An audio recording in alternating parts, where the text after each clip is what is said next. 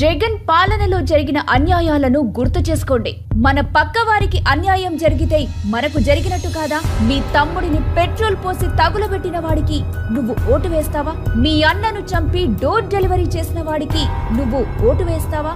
మీ ఇంట్లో ఆడపడుచుని అత్యాచారం చేసి చంపిన వాడికి నువ్వు ఓటు వేస్తావా? మీ అక్కను ట్రాక్టర్తో తొక్కించిన వాడికి నువ్వు ఓటు వేస్తావా?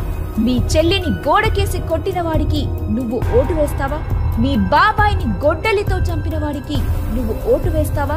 మీ ఊరిలో డాక్టర్ని మానసికంగా వేధించి చంపిన వాడికి నువ్వు ఓటు వేస్తావా? మీ కుటుంబ సభ్యులు రైలు కింద పడి ఆత్మహత్య చేసుకునే పరిస్థితిని తీసుకొచ్చిన వాడికి నువ్వు ఓటు వేస్తావా? కల్తీ మద్యంతో మీ ఆడపడుచుల తాళిబొట్టులను తెంపిన వాడికి నువ్వు ఓటు వేస్తావా? మన జీవితాలను చిన్నాభిన్నం చేసిన వాడికి నువ్వు ఓటు వేస్తావా? ఇవన్నీ ఎవరికో జరిగాయని ఆలోచించకండి.